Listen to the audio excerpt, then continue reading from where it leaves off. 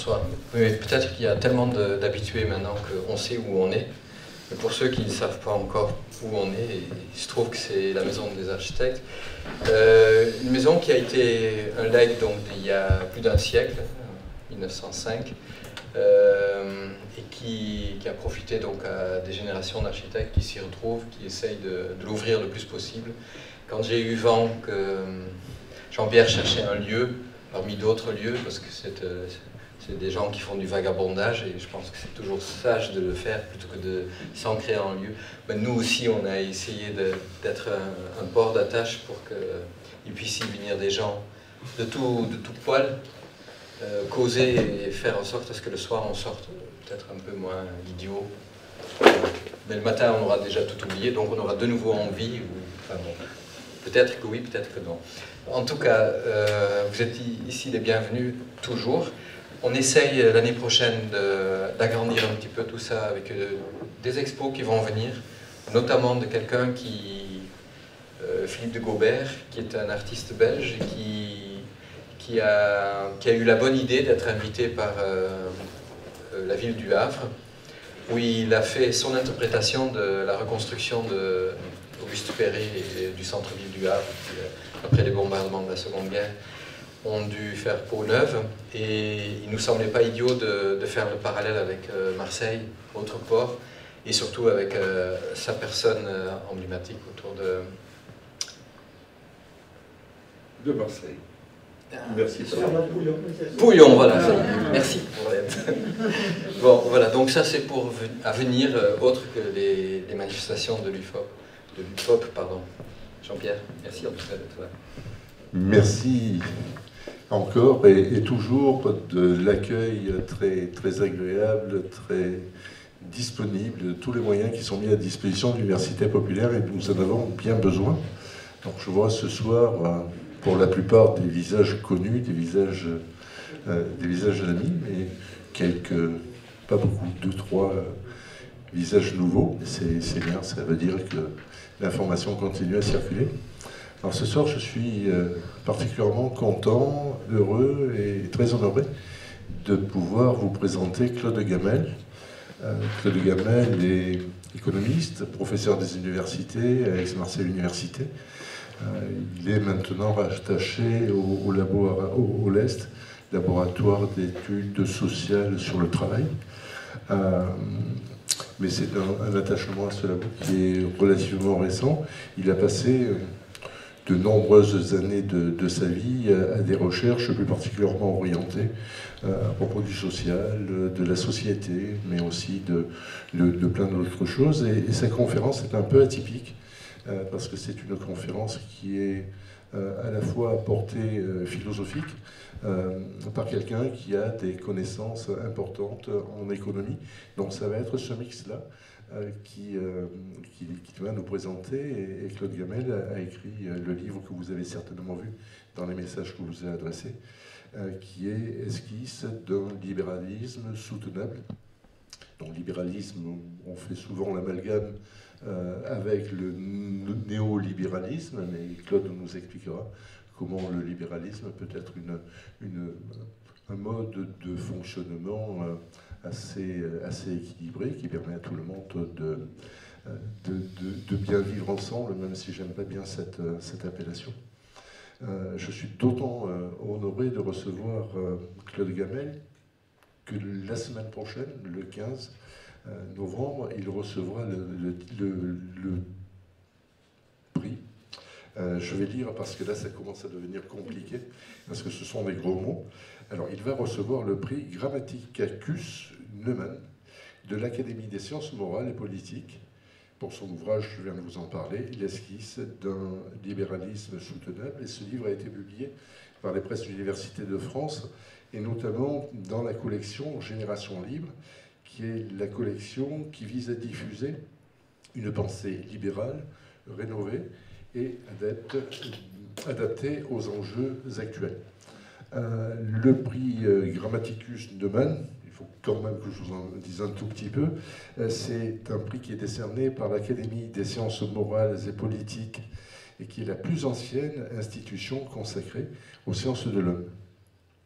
croisant les approches philosophiques, psychologiques, sociologiques, juridiques, économiques, politiques, historiques et géographiques. Elle offre un espace de discussion libre et informé sur toutes les questions qui intéressent l'avenir de la société, avant de nourrir la réflexion des citoyens et des pouvoirs publics.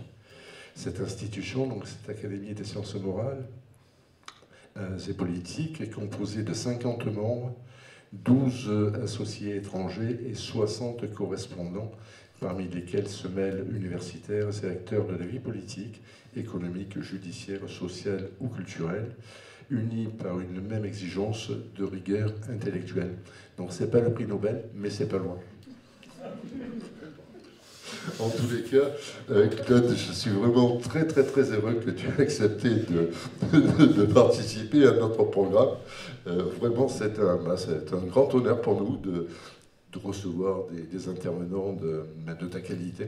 Ça montre le niveau d'exigence de cette université populaire. Je revendique toujours, depuis toujours et de manière permanente, l'excellence pour cette université, que si elle est populaire, elle doit être de la même manière la meilleure, en tous les cas dans son contenu, parce que vous êtes vous aussi les meilleurs, vous faites l'effort de venir partager ces soirées. Et vous faites partie des 30-40% des personnes qui, malgré la crise de Covid, continuent à fréquenter des lieux culturels. C'est une étude du ministère de la Culture qui vient d'être publiée et qui montre que seulement 40 à 50% des personnes continuent à fréquenter des lieux culturels. Donc, si nous ne sommes pas suffisamment nombreux, et en tout cas des cas aussi nombreux que je le souhaiterais tous les lundis, je trouve que c'est quand même un bel exploit de réunir toutes les semaines 30, 40, 50 personnes. Merci à toutes, merci à tous, et je vous souhaite une excellente soirée. Et encore un grand merci, Claude. Bien, bonsoir à tous, et merci Jean-Pierre pour cette invitation et pour ces mots très aimables. Enfin, le prix que je vais recevoir, je demande de suite, n'est quand même pas à la hauteur du prix Nobel d'économie. Mais c'est vrai que c'est une bonne surprise de cet été, en fin de carrière, de recevoir ce prix-là. Je ne peux pas le nier. Alors, vous m'entendez mal? Oui, il faut encore parler plus près du micro. Je vais bientôt le manger. Bien, alors donc, à mon tour d'être impressionné par votre assemblée, parce qu'en regardant le site de l'Université populaire, je vois que de semaine en semaine, vous abordez des sujets d'un éclectisme extraordinaire. Et si vous arrivez à emmagasiner ou à retenir les 10% de tout ce que vous entendez chaque semaine, vous avez une culture en général impressionnante. Alors je suis d'autant plus heureux de présenter ce petit livre orange, on ne parlera pas de livre rouge, qu'il est destiné à un public comme vous, c'est-à-dire à un public aussi large que possible, et en ce sens on partage bien la même orientation, et qui n'est pas forcément spécialiste, en l'occurrence d'économie et de philosophie, c'est à la charnière des deux disciplines que se trouve l'objet de l'ouvrage, et avec un peu de droit d'ailleurs, vous allez le voir. Donc ça fait déjà pas mal et ça suffira. Alors, de quoi s'agit-il dans cet ouvrage? Vous avez le titre sous les yeux. On reviendra sur le sous-titre, travail, capacité, revenu de base, c'est l'objet de la présentation. Mais pour l'instant, j'insisterai sur le mot libéralisme, qui est le plus important. Pourquoi est-ce que j'ai consacré ce petit ouvrage à un tel sujet? Eh bien, pour deux raisons. Une raison générale, c'est que le libéralisme, c'est un sujet qui est fréquemment évoqué dans le débat politique, dans le débat public. Mais c'est un thème qui est en fait souvent mal compris, et même, je dirais, même caricaturé, alors qu'il mérite, à mon avis, bien mieux que cela, notamment en France, où on oublie souvent, la France est, avec le Royaume-Uni, l'une des deux terres où le libéralisme trouve ses racines. Et donc, par définition, c'est un peu curieux que une des terres d'origine ne s'intéresse pas plus à ce thème. Et alors, la deuxième raison plus personnelle, c'est que le libéralisme plutôt, est devenu pour moi petit à petit un sujet de recherche universitaire auquel j'ai consacré maintenant depuis quelques décennies un certain nombre de travaux.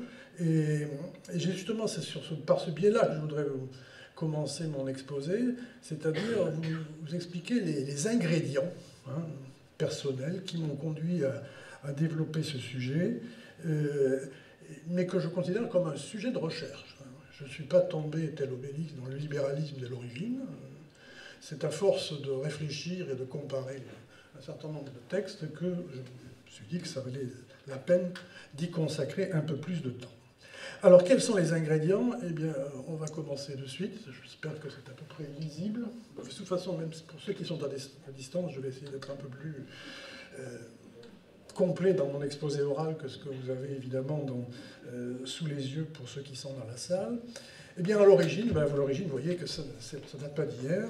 Ça date d'une thèse d'État, comme on disait à l'époque, d'économie, que j'ai consacrée à un sujet qui était donc l'économie de la justice sociale. Alors, qu'est-ce que ça veut dire? Ça veut dire tout simplement, qu'est-ce que la justice sociale, là aussi, un mot important, représente pour les économistes? Comment les économistes abordent-ils un tel sujet? Et donc, dans les années 80, en même temps que, alors, économiste, je ne sais pas s'il y a des gens qui ont fait un peu d'économie dans la salle, mais s'ils ont fait une première ou une deuxième année d'économie, ils ont entendu parler de fonctions d'utilité sous contrainte, etc.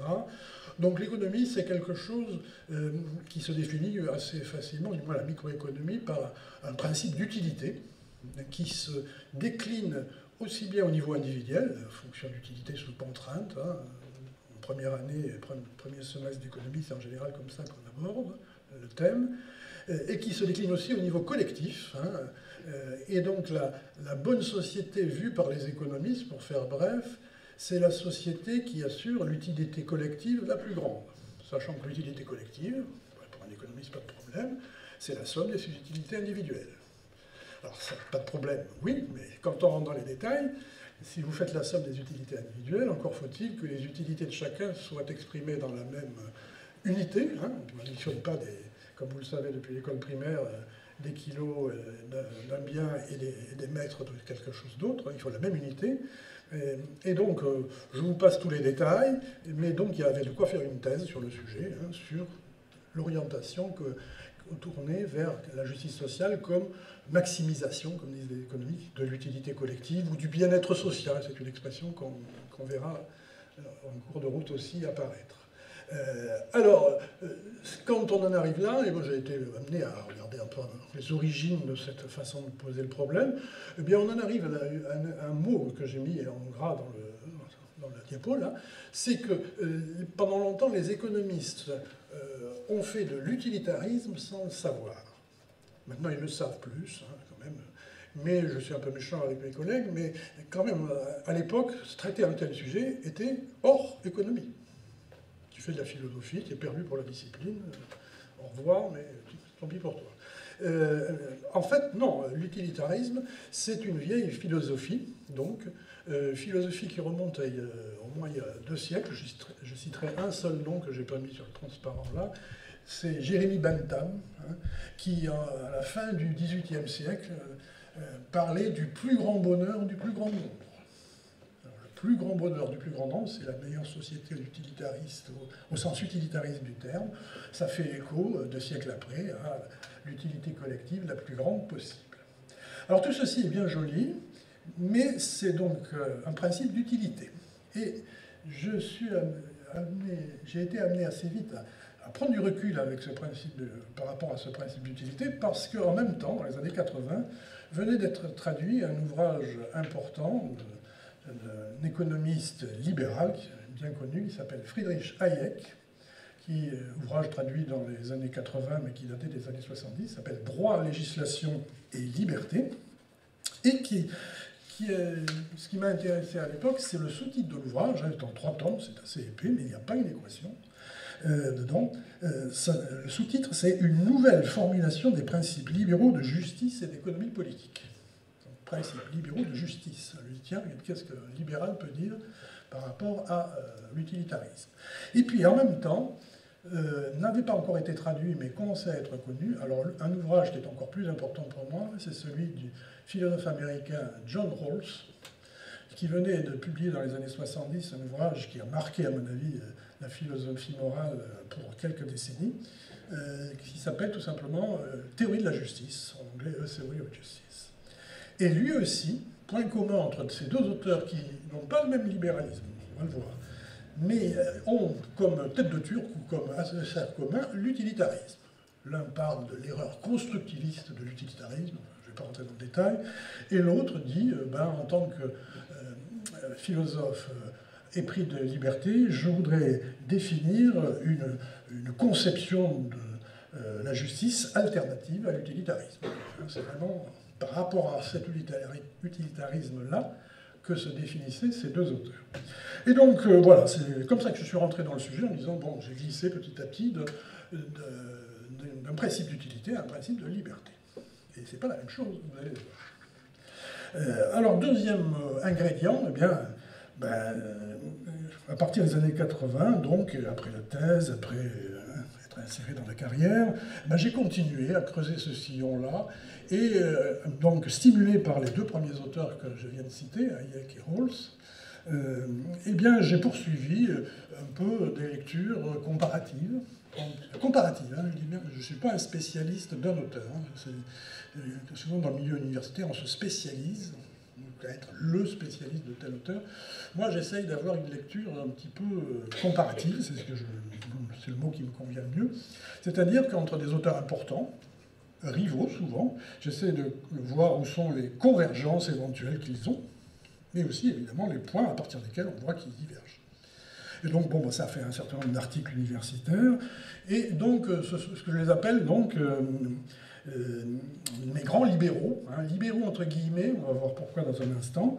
Et je vous ai mis donc un peu ma galerie de portraits. Hein, donc, on retrouve les deux, là.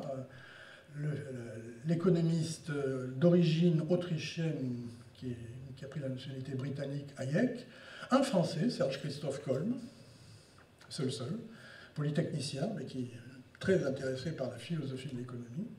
Robert Nozick, c'est un philosophe américain, spécialiste du libertarisme, alors on va y venir dans un instant. John Rawls, on vient d'en parler. Amartya Sen, c'est peut-être celui que vous connaîtriez le mieux de tous ceux que je cite là, puisque lui ici est un économiste, prix Nobel d'économie comme Hayek, mais à la fin des années 90, c'est ça. Mais il faut le savoir, hein, Sen est un grand admirateur de Rawls, et il a construit toute sa réflexion, petit à petit, en tant qu'économiste, en ayant Rawls comme rival, partenaire, quoi, essayant de se démarquer de lui, et on va voir ce que ça donne. Et puis, dernier auteur et pas le moindre, un autre Européen, là, Philippe Van Parijs, qui est... avec Sen, je crois que c'est les deux seuls qui sont encore de ce monde, oui, c'est ça. Philippe Van Parijs, philosophe belge de l'université de Louvain, mais qui a fait ses études à Oxford, et puis qui a enseigné aux États-Unis, et qui lui aussi s'est défini comme libertarien. Alors j'y viens. Donc de cette deuxième ligne, là je tirerai une deuxième bifurcation. Hein. Il ne faut pas confondre libéralisme et utilitarisme. Dans le débat courant, pour un homme politique, c'est la même chose. Hein.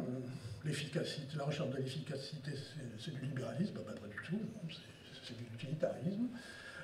Et même chose ici, libéralisme et libertarisme, c'est deux cousins hein, de la même famille, il ne faut pas exagérer, mais le libertarisme, je définirais ça comme la philosophie qui a comme valeur première la propriété. La propriété qui peut être... Alors, il y a une réflexion sur la propriété. Et alors, certains, évidemment, penchent vers la propriété privée, qui est un gage de liberté, et d'autres, au contraire, penchent du côté de la propriété collective. Mais ça fait, et notamment avec des débats extrêmement intéressants. J'ai eu l'occasion de diriger une thèse à cheval sur les greffes d'organes, entre médecine et économie. Eh bien, il faut savoir qu'il y a toute une réflexion sur la propriété de soi, par exemple. Est-on propriétaire de son propre corps? Et qu'est-ce que ça implique en termes de greffe d'organes, etc. Bon. Donc tout ceci est très intéressant. C'est du libertarisme, c'est-à-dire c'est une variante du libéralisme qui met comme valeur première non pas la liberté, mais la propriété. Alors, de ce libertarisme, on ne va pas tellement retenir Nozick, qui est plutôt un philosophe conservateur, au sens priorité au premier occupant, pour faire bref. du foncier par exemple, tandis que Philippe von Paris, lui, penche plutôt un libertarien de gauche, ou même d'extrême gauche, qui va tirer de l'idée que la personne est propriétaire du sol et d'un certain nombre de ressources naturelles, et donc il faut que chacun ait droit à la même part égale des ressources qu'on tire des revenus qu'on tire de ces ressources. Et c'est comme ça que Philippe von Paris est l'auteur qui a le plus contribué à asseoir dans le débat contemporain l'idée de basic income, qu'on traduit en français par revenu de base, par revenu universel, par allocation universelle. Donc vous voyez que le monde du libéralisme tel que je le définis, il est vaste. Et il est éclectique lui aussi. Alors en attendant, troisième ingrédient, c'est peut-être ce troisième ingrédient qui m'a poussé à l'acte, c'est-à-dire dire, bon, il faut que je ne vais pas terminer ma carrière sans mettre par écrit ce que je pense. C'est une insatisfaction, une frustration que j'avais depuis longtemps et qui a fini par m'amener à écrire cet ouvrage. C'est qu'en France, le débat sur le libéralisme, il est pauvre, très pauvre, puisque d'un côté, on accepte assez bien le libéralisme politique. Alors ça remonte à Montesquieu, à la Révolution française, la théorie de la séparation des pouvoirs. Et donc on a fait la Révolution pour mettre fin à l'arbitraire du pouvoir politique. Bon, il en reste quelque chose. Je dirais que à peu près tout l'échiquier politique français est d'accord pour dire qu'on accepte le principe de l'alternance au pouvoir, des droits de l'homme, enfin de tout ce qui est politiquement libéral. Donc ça ne pose pas de problème. Mais à l'autre extrême du spectre, comme antithèse complète, on définit le libéralisme économique comme quelque chose qui est absolument insupportable. Insupportable parce que autant l'État, ou du moins le libéralisme politique, cherche à construire une ceinture de protection de l'individu contre l'arbitraire du pouvoir politique, autant le libéralisme économique, c'est la soumission de l'individu au foucat du marché, imprévisible, et donc c'est évidemment quelque chose qui ne peut pas être admis. Et donc, quand on ne veut pas aller plus loin, dans le débat politique, et même aussi dans le débat universitaire, malheureusement, c'est ça qui m'a le plus inquiété, hein, comme vous l'avez souligné, je suis membre d'un laboratoire d'économie et de sociologie du travail. Alors, je ne sais pas s'il y a des sociologues dans la salle, mais je suis épuisé par leur façon dès qu'ils parlent du libéralisme, c'est forcément du néolibéralisme, et là, on a l'influence d'un professeur de sociologie au Collège de France, très connu, qui s'appelle Pierre Bourdieu, qui, il y a maintenant plus de 20 ans, a commis un texte qui était une caricature de l'économie. Moi aussi, je peux caricaturer la sociologie en disant des choses très, très schématiques. Et donc le problème, c'est que beaucoup de générations de sociologues ont pris à la lettre cette façon de poser le problème et sont passés à côté. Alors notamment, moi ce que je voudrais nous souligner d'emblée ici, c'est que le néolibéralisme, c'est une mauvaise façon de définir le capitalisme. Et moi je fais une grande différence entre libéralisme et capitalisme. Le libéralisme, c'est une philosophie, et on va y revenir. Le capitalisme, c'est une pratique des affaires, née avec la révolution industrielle, et qui a des variantes sur tous les continents. Hein. Vous avez le capitalisme américain, évidemment, le capitalisme anglais, hein, c'est le premier. Hein. Le capitalisme qu'on a appelé rénan aussi, qui est très particulier en Allemagne, avec la cogestion par exemple. Et puis le capitalisme chinois maintenant, aujourd'hui. Hein. Donc voilà. Donc, il y a des pratiques des affaires, on est bien d'accord, fondées sur la propriété privée du capital, le pouvoir des actionnaires, on est bien d'accord. Mais ça n'a rien à voir avec la... Enfin si, ça a à voir, mais c'est à distinguer du niveau philosophique auquel on se situe ici, c'est-à-dire le libéralisme. Alors, je ne conteste pas que le mot néolibéralisme ait un sens particulièrement en matière d'histoire des idées. Alors, pour ceux qui connaissent un peu ces choses-là, il y a eu un colloque en 1938 qui a beaucoup impressionné. Donc 1938, hein, c'est la montée du communisme, enfin même du stalinisme d'un côté, et la montée du nazisme de l'autre. Et bien au milieu, les libéraux de l'époque se sont réunis à Paris, mais les libéraux américains, anglais, allemands, enfin, il y avait Hayek notamment, qui était de cette génération-là, mais il y en avait d'autres qui n'étaient pas du tout sur sa même ligne, et ils se sont posé la question de refonder le libéralisme, qui était la philosophie du XIXe siècle, du laisser-faire, du laisser-passer. Face à la rivalité du nazisme et du communisme, il fallait bien réagir. Donc là, il y a eu un colloque fondateur, et le mot qui est sorti, c'est le mot néolibéralisme, renouvellement du libéralisme. Mais depuis, bon, ben, cette expression a été utilisée de manière, à mon avis, qui rend confus le débat, hein, et c'est pour ça que j'en dirai pas plus. Mais je cite dans l'ouvrage un auteur qui s'appelle Serge Audier, qui a consacré beaucoup de temps et beaucoup d'énergie à faire l'inventaire de tous les sens que pouvait avoir ce mot. Mais en attendant, pour moi, et pour nous, pour la suite de cet exposé, c'est une fausse piste. C'est pas avec le néolibéralisme qu'on s'en sort. Pourquoi on ne s'en sort pas? Eh bien parce que ce dont m'ont convaincu mes petites lectures comparatives dont je parlais tout à l'heure, c'est qu'il n'y a pas besoin d'opposer libéralisme politique et libéralisme économique. Au contraire, c'est bien les deux rameaux d'une seule et même philosophie. C'est pour ça que je parle pour les deux auteurs qu'on va reprendre, Hayek et Rawls, de libéralisme intégré, avec une seule idée qui se décline au niveau politique comme au niveau économique, c'est le libéralisme, si on devait le définir d'une seule manière, c'est la recherche de la dispersion maximale du pouvoir politique comme du pouvoir économique, pour laisser justement de l'autonomie, de la liberté aux individus, à vous et moi, aussi bien dans la sphère politique, à travers les élections, la séparation des pouvoirs dont on a parlé, mais aussi sur le marché, à travers la concurrence, tout simplement, faire en sorte que quand vous voulez quelque chose, vous avez le choix de l'acheter auprès de gens qui sont en concurrence et non pas vis-à-vis d'un monopole qui vous impose et le prix et ce qu'il veut vous vendre. Par exemple, là, je vais très très vite, là, mais c'est ça qui est en cause. Alors, donc ça, c'est, vous l'avez compris, ce troisième niveau, c'est vraiment ça qui m'a donné envie d'écrire cet ouvrage pour dire, bon, bah, écoutez, on peut parler de néolibéralisme, ça rend le débat très confus, notamment au plan politique, mais on peut aussi aborder le libéralisme de manière plus approfondie, et c'est ce qu'on essaye de faire avec la paternité, si j'ose dire, de ces deux auteurs, Hayek et Rawls notamment. Et donc, le quatrième ingrédient, c'est pourquoi Hayek et Rawls sont-ils, alors qu'ils sont très différents, on va le voir, des auteurs très stimulants? Eh bien, parce qu'ils ont réussi cette intégration entre politique et économique en n'ayant pas peur, en osant confronter leurs idées libérales à l'idée, au thème très, très, très difficile à manipuler, qu'est la justice sociale. Je parle de justice en société parce que Hayek refuse l'expression justice sociale, mais il traite bien le problème de la justice. Et donc, à mon avis, c'est ça qui fait le succès des deux auteurs. Et si on veut que le libéralisme soit soutenable, alors j'en viens évidemment, il est temps au titre de l'ouvrage, ça veut dire libéralisme socialement soutenable, c'est-à-dire un libéralisme capable d'affronter, de proposer une réponse à la question de la justice en société. Donc, vaste problème, on est bien d'accord.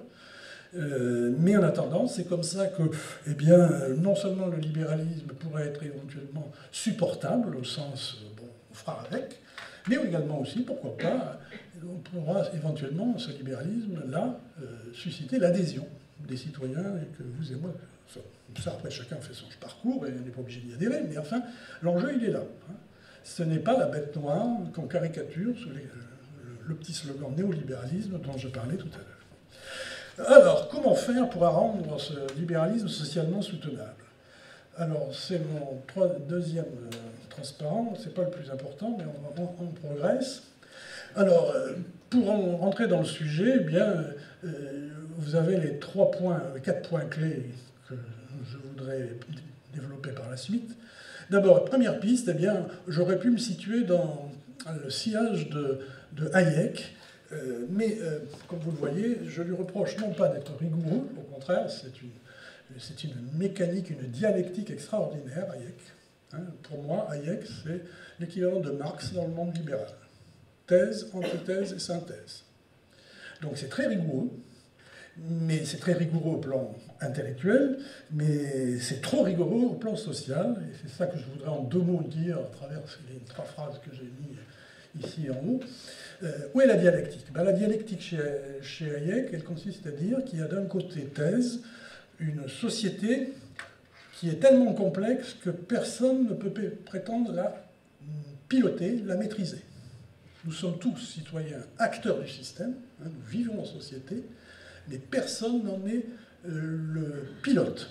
tout simplement pour piloter un ordre aussi complexe que la société, au niveau local, national, et alors, ce qui lui donne du grain à moudre à Hayek, c'est évidemment le plan mondial, hein, quand vous avez des problèmes aussi colossaux que le numérique ou le dérèglement climatique à gérer, vous voyez bien que la complexité de ce que signifie l'ordre social spontané. Donc pour lui, l'ordre social spontané, on ne peut pas le maîtriser. Thèse. Face à cela, il y a une antithèse. L'antithèse, c'est le fait que les individus peuvent évidemment créer ensemble des organisations avec un objectif qui peut être le profit si c'est une firme, qui peut être l'intérêt général si c'est une collectivité publique. Et donc derrière l'objectif, il y a un organigramme, c'est-à-dire des instances de pilotage. Il y a des moyens humains et matériels à la disposition de ces organisations. Mais parmi les organisations, il y a l'État. L'État n'est qu'une organisation parmi les autres, mais l'État ne peut pas prétendre piloter toute la société. L'État ne peut fournir que des services publics au sens police, armée, justice, éducation, santé, c'est déjà pas mal. Mais prétendre piloter l'ensemble de la société, comme eh bien, nos hommes politiques ont tendance à le faire croire au niveau de chaque campagne électorale, eh bien, pour Hayek, c'est un doux ricanement. C'est pas possible. Alors, comment s'en sortir dans un ordre social spontané où nous sommes tels des fourmis en train d'agir, mais personne n'est dans la vision globale du système?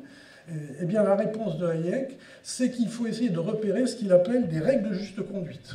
Donc, la justice sociale, c'est une affaire de comportement individuel, au sens règles de juste conduite, qu'on trouve où? Qu'on trouve ponctuellement, pas à pas, dans les décisions des juges qui font jurisprudence.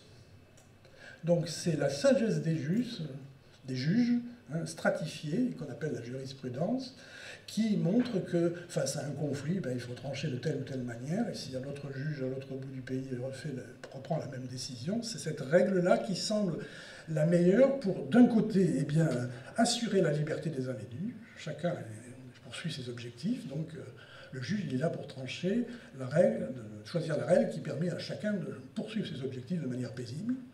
Et ça se décline aussi au niveau du marché, au niveau économique, hein, parce que vous l'avez compris, le marché au sens de Hayek, c'est la vision économique de l'ordre social spontané. Il y a la vision juridique, on n'a pas de loi qui organise toute la société, mais il y a une version économique à travers le marché. Et donc le marché, il a l'avantage d'arriver à mobiliser les énergies de millions, de dizaines de millions de personnes, sans que personne n'arrive à vraiment maîtriser le processus. Quand un prix augmente, ça vient de décisions qui ont été prises à l'autre bout de la planète. Et quand vous achetez, vous ne savez pas d'où vient cette augmentation de prix ou cette baisse de prix, mais vous avez le produit devant vous. Donc c'est un formidable élément, le marché, pour coordonner les connaissances dispersées entre des dizaines de millions, des centaines de millions d'acteurs. Bon, je fais très bref, et je pense que, évidemment, ce que je dis est beaucoup trop bref, j'en ai conscience. Mais en attendant, ça signifie quoi? En quoi la piste de Hayek est-elle trop rigoureuse? Tout simplement parce que, eh bien, je prendrai un seul exemple pour faire comprendre, il ose dire, dans droit, législation et liberté, alors, entre parenthèses, droit, législation et liberté, c'est la dialectique. Droit, c'est les règles de juste conduite de l'ordre social spontané que le juge, petit à petit, essaye de faire émerger. Législation, c'est la loi de l'État, c'est-à-dire la loi votée par le Parlement pour organiser les pouvoirs publics, la loi de finances, par exemple. Et donc, il ne faut pas que la législation de l'État l'emporte sur le droit de la société, parce qu'à ce moment-là, ça devient une société non libérale. Et c'est la liberté qui risque de trinquer, c'est-à-dire d'être soumis à l'ordre législatif. Bon, parenthèse fermée, mais je prendrai un seul exemple pour montrer que Hayek est très rigoureux.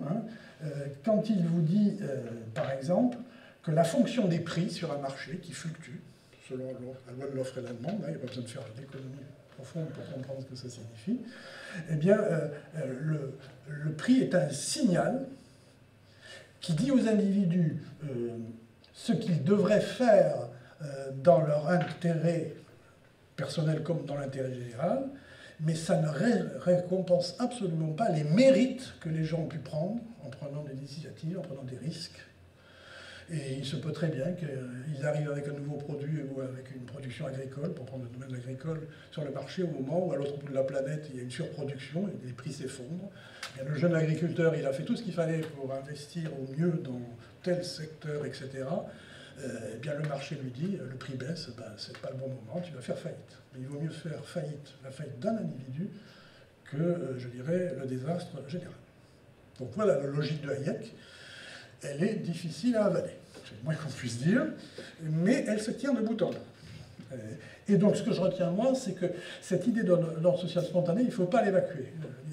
La société, les humains sont des êtres intelligents, pilotés des millions et des millions d'individus, relèvent d'un ordre social que personne, même avec la puissance du numérique et de l'informatique actuelle, ne peut vraiment maîtriser, sauf à basculer dans une société complètement contrôlée. Enfin, ça nous fait sortir du libéralisme, précisément. Alors, résultat, c'est la raison pour laquelle, deuxième point, je vais peut-être accélérer un peu, on va prendre la piste plus supportable, c'est-à-dire plus acceptable pour nos contemporains, de ce que Rawls appelle la démocratie de propriétaire. Alors, la démocratie de propriétaire, je vais y revenir dans un instant, mais c'est tout simplement le résultat de l'application des principes de justice que dans toute sa vie, Rawls a posé en 70, puis a confirmé en réfutant les arguments qui lui étaient opposés toute sa vie. Et c'est pour ça qu'on l'appelle le philosophe de l'égalitarisme libéral, puisque c'est fondé sur donc la démocratie de propriétaire, qui serait le résultat de l'application de ces principes de justice, repose sur un triptyque que je vous ai mis là à l'écran. Au sommet de la hiérarchie, un principe qui domine l'ordre politique et juridique, principe d'égale liberté, et puis deux autres principes, la juste égalité des chances et le principe de différence, qui, eux, s'intéressent au domaine économique et social. Et notamment, on va y revenir, et c'est le fond de l'affaire, aux inégalités économiques et sociales. Et donc, dit Rawls, une fois qu'on a réglé le problème politique en accordant à tout le monde une sphère d'égale liberté équivalente, les inégalités sont acceptables à condition qu'elles soient liées à un système, à des situations, à des positions ouvertes à tous dans des conditions de juste égalité des chances. Quel est l'enjeu derrière ? Lutter contre ce qu'il appelle l'arbitraire, le mot est fort, l'arbitraire du milieu social de naissance. Nous ne choisissons pas le milieu dans lequel nous sommes nés. On a tiré le bon numéro ou on a tiré le mauvais, suivant que le milieu est favorisé ou défavorisé. La juste égalité des chances doit permettre d'organiser la société pour arriver à compenser, évidemment, ceux qui ont eu un mauvais numéro vis-à-vis des bons. Et puis alors, le principe de différence, pour moi, c'est l'idée la plus importante chez Rawls. Pas facile à comprendre, mais je vais prendre un peu plus de temps pour la faire comprendre. Autant l'égalité des chances, a priori, on voit à peu près ce que ça veut dire. Mais le principe de différence, il est complémentaire du précédent, puisqu'il s'agit encore de lutter contre les inégalités économiques et sociales, mais celles qui sont d'origine naturelle. Rawls parle de la loterie génétique, qui fait que nous avons tiré les bons gènes ou les mauvais gènes de nos parents. Et donc, il y a des gens qui résistent à la fatigue, qui ont des talents intellectuels, des talents artistiques, physiques. Et ces gens-là, ils vont avoir un avantage vis-à-vis d'autres qui seront moins doués, moins talentueux, voire même handicapés. Et donc, à ce moment-là, il s'agit que ceux qui ont les talents les plus importants doivent les utiliser, doivent s'enrichir, prendre des risques, investir, et s'ils arrivent au bon moment, risquent d'être récompensés sur le marché, comme le disait Hayek. Mais, dit Rawls, il faut quand même que ces inégalités d'origine naturelle profitent à tous, et d'abord aux plus défavorisés. Et donc, je ne sais pas si vous suivez, mais c'est pas simple, surtout quand on l'entend pour la première fois, il faut donc tolérer des inégalités pour inciter les talentueux ou les doués, ou appelez-les comme vous voulez, à prendre des initiatives, à s'enrichir. Mais ensuite, il faut évidemment redistribuer une partie de ce qu'ils ont permis d'accumuler vis-à-vis de ceux qui n'ont moins et auxquels il faut donner une partie du résultat de ces activités des plus talentueux. Donc, la fonction des inégalités est de pousser les plus talentueux à s'enrichir, mais c'est le moyen aussi d'améliorer au mieux la situation des plus pauvres. Les inégalités sont tolérables chez Rawls dès lors qu'elles profitent à tous, à commencer par les plus défavorisés. Évidemment, si les inégalités vont trop loin et qu'elles dérivent vers des sommes colossales pour les plus riches sans que les autres en profitent, ça ne marche pas. Alors, pour essayer de vous faire comprendre en 2 minutes, hein, parce que j'ai l'expérience avec les étudiants, déjà avec les étudiants, c'est pas simple, mais là, il faut que je vous fasse comprendre l'essentiel le soir et encore plus vite. Je vais prendre la fameuse analogie hydraulique. Vous connaissez probablement la théorie du ruissellement spontané. Alors, le ruissellement spontané, c'est quoi? C'est l'idée que les hommes politiques nous servent régulièrement, je ne citerai pas de nom, mais je les ai en tête, dans lequel, eh bien, le libéralisme et le capitalisme, c'est évidemment l'enrichissement de tout le monde, et puis, bon, les pauvres finissent par en profiter, tout simplement, parce que ces riches, il faut bien qu'ils dépensent, donc, en voyageant, en louant les services d'un jardinier ou ce que vous voulez, ils finissent par donner des revenus à ceux qui en ont moins. Donc, il y a une espèce de percolation, de ruissellement spontané du haut de la société où les revenus se concentrent vers les bas où il y en a moins. Ben moi, je dirais que le principe de différence de Rawls, c'est l'anti-ruissellement spontané, puisque ce serait le principe de la canalisation forcée. Vous voyez ce que ça veut dire? Ça veut dire que c'est par l'impôt qu'on prend là où la société s'est enrichie pour redistribuer aux plus défavorisés. Et donc les inégalités sont légitimes, elles ne sont pas justes, hein, mais elles ont leur sens dès lors que c'est le moyen d'asseoir une société dans laquelle les pauvres sont les mieux lotis possibles. Les pauvres seront mieux lotis dans une économie riche mais inégalitaire au sens de Rawls que dans une société moins inégalitaire mais qui sera plus pauvre parce que la dynamique de l'investissement, de la prise de risque aura été atrophiée ou complètement supprimée. Alors là, c'est un sacré défi. On est au cœur du sujet, philosophie et économie. C'est un philosophe qui nous dit ça, hein, mais il connaît bien l'économie quand même. Mais il essaie de tenir les deux bouts de la chaîne. D'un côté, l'efficacité économique, il faut que les gens s'enrichissent, hein, il faut que le gâteau soit le plus grand possible. C'est une fois qu'il est grand qu'on peut le partager. Mais si vous cassez la dynamique en faisant un impôt progressif qui prend tout aux plus riches, eh bien les plus riches, soit c'est l'évasion fiscale, soit ils ne travailleront pas. Et donc à l'arrivée, les pauvres seront peut-être encore moins bien lotis que dans le cas où on a toléré la marge d'inégalité qui suffit. Hein. Il ne faut pas aller au-delà. Hein. Ce n'est pas n'importe quoi qui est permis, mais ça permet quand même d'aller à un certain niveau d'inégalité. Bon, et bien voilà, c'est cette piste-là hein, qu'on va essayer d'approfondir. Alors combien de temps il me reste là Je ne sais pas, il est 8h moins 10, mais on a commencé en retard. Hein. 20h30, ça te va J'essaierai de faire plus bref quand même. Alors, troisième niveau, eh bien donc, une fois qu'on a choisi plutôt la piste de Rawls de la démocratie propriétaire, alors la démocratie propriétaire, un mot quand même, il la distingue de ce qu'il appelle le capitalisme de l'État-providence. Le capitalisme de l'État-providence, c'est quelque chose qui nous parle parce que, dit-il, c'est un système dans lequel eh bien, on a laissé s'enrichir les gens et on a, au fil des ans, mis en place un État-providence, c'est-à-dire une protection sociale qui permet de soulager la pauvreté. Mais on a d'un côté la pauvreté soulagée, mais les inégalités aussi fortes que possible. Tandis que dans son système de la démocratie propriétaire, ce n'est pas le capitalisme de l'État-providence. Les inégalités ne sont là que pour faire monter le niveau de soulagement de la pauvreté, pour rendre les pauvres le moins pauvres possible. Donc ce n'est pas le même système. Hein. Et la démocratie propriétaire, dans son esprit, c'est un moyen d'assurer la dispersion du pouvoir politique et du pouvoir économique. Et il faut faire attention que les grands groupes privés ne monopolisent pas le débat public et donc que le pouvoir économique se concentre et détermine le pouvoir politique. C'est le genre de choses qu'il faut éviter. Alors bon, tout ça est bien intéressant, stimulant. Hein. Enfin, de toute façon, c'est ce qui est. Alors, je ne vais pas le lire maintenant, mais il faudra parler du premier de cordée, là. Je pense que notre président a lancé une formule, là, qui... Je ne sais pas s'il a lu Rawls dans le texte, mais il a quand même une petite idée derrière. Non, je n'aurais pas dû parler, on en parlera tout à l'heure.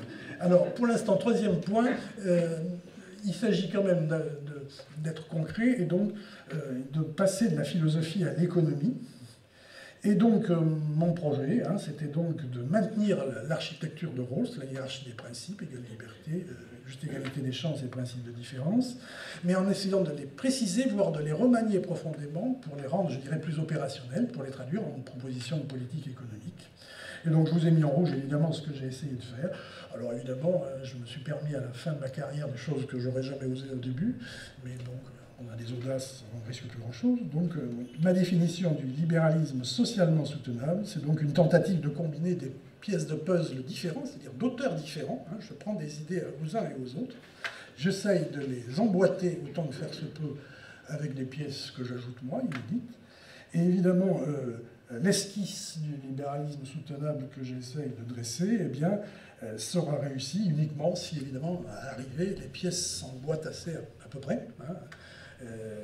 Alors c'est un peu comme un travaux impressionniste. Hein. Si vous regardez de trop près, évidemment, vous allez voir la touche de l'un et de l'autre, etc. Mais vu de loin, peut-être que ça a un sens. C'est un peu le pari de la chose. Alors donc, pour les minutes qui me restent, on va passer essentiellement du temps là-dessus. Je ne sais pas si vous allez arriver jusqu'au bout, mais enfin... ou si on va arriver jusqu'au bout, mais voilà, ce tableau résume, je dirais, les trois parties de l'ouvrage, hein, en lisant horizontalement. Et puis, à l'intérieur de chaque partie, donc, on retrouve donc le triptyque travail, capacité, revenu de base dans les trois niveaux. Et puis, de gauche à droite, vous avez donc la colonne philosophique et la colonne économique. Eh bien, bon, je vais autant le dire de suite, voilà, ça donne ça. Hein. Dans chaque partie, il y a un chapitre plutôt à dominante philosophique et un autre chapitre à dominante économique. Alors, ce que je voudrais faire... et puis si ça vous donne envie de lire, ça sera très bien, mais je vais simplement donner quelques points de repère dans cette architecture d'ensemble. Donc on va commencer par le premier niveau. Hein. Donc on va partir du principe d'égale liberté, en haut à gauche, mais ce que j'ai essayé de faire, c'est donc d'étendre ce principe de l'égale liberté, qui est uniquement chez Rawls dans le domaine politique, donc la liberté d'expression, la liberté de mouvement, le droit de vote, enfin tout ce qui fait la sphère politique. Il s'agit de l'étendre au domaine économique.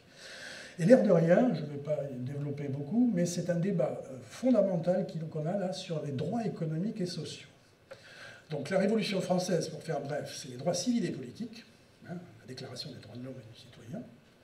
Mais en 1940, dans les années 30 et en 1948, on est passé à la Déclaration universelle des droits de l'homme, où on a considéré qu'il fallait franchir un pas supplémentaire, en passant à l'économique et social, en définissant un droit à la santé, un droit à l'emploi, un droit à l'éducation, toutes choses qu'on appelle des droits économiques et sociaux, et qui font un débat énorme entre les deux auteurs que j'ai déjà cités, Hayek et Sen.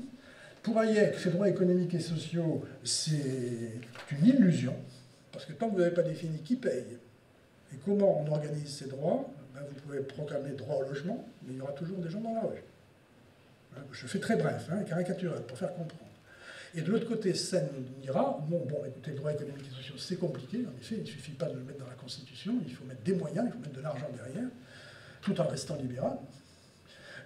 Et bien, à ce moment-là, ça donne quand même des objectifs à la société dont elle doit se rapprocher.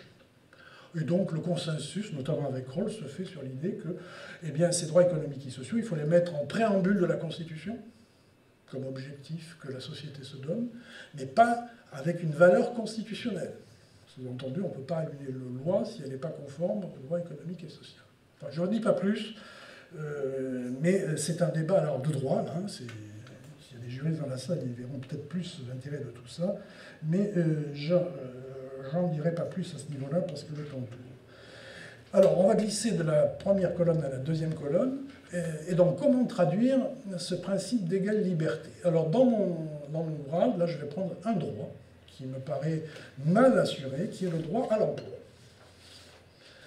Alors, les politiques, donc ce que j'appelle politique d'égale liberté de travailler, c'est essayer de faire en sorte que tous les gens qui cherchent du travail aux conditions courantes du marché puissent en trouver.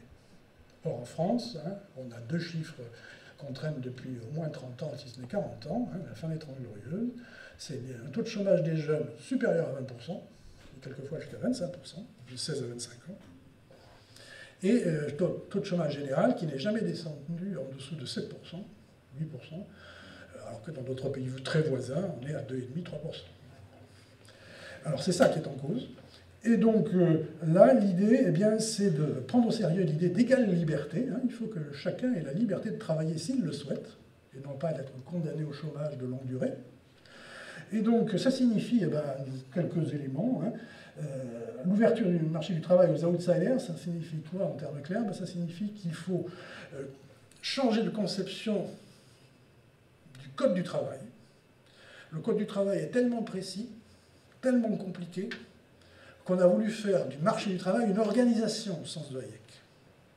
Mais à force de compliquer les choses, eh bien, on empêche ou on freine l'embauche en empêchant l'équilibre du marché. Hein. Le marché, c'est de l'ordre social spontané au sens de Hayek. C'est entre l'offre et la demande. Vous pouvez imposer des choses au niveau du droit. Et si les employeurs trouvent que ce n'est pas normal, eh ben, ils n'embaucheront pas, tout simplement. Donc l'idée, c'est d'arriver à simplifier le code du travail. Et alors, pour faire comprendre, pour que vous reteniez quelque chose de cette soirée, je vais vous parler du SMIC, qu'il faut supprimer. La vache sacrée du débat politique français, c'est le SMIC. Salaire minimum interprofessionnel de croissance. Ce salaire minimum, c'est un salaire net sur lequel on a mis des charges sociales. Donc, ce que paye le plombier pour embaucher un apprenti, un employé, est beaucoup plus élevé. Donc c'est cette idée-là qu'il faut remettre en cause, parce que le SMIC, premièrement, s'il est beaucoup trop au-dessus du marché du travail, il freine l'embauche. À ce niveau de salaire minimum, eh ben, un plombier, un boulanger dira, bon, ben, tant pis, j'ai du travail pour deux, mais je ne le fais pas parce que c'est trop cher. Et puis, deuxième raison aussi, c'est que ce salaire minimum, là, je dis la deuxième raison, donc là, ça crée du chômage, et puis l'autre, ben, je l'ai oublié, mais ça reviendra peut-être tout à l'heure.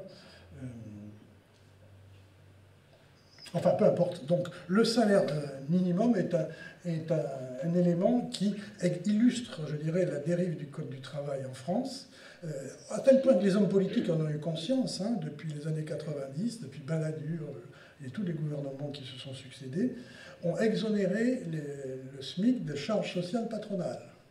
Ce qui fait qu'on consacre 20 à 25 milliards par an à subventionner l'emploi des gens les moins qualifiés, qui, sans ça, auraient un accès à l'emploi trop cher. C'est-à-dire que pour leur productivité faible ne correspondrait pas au salaire que les employeurs auraient à verser.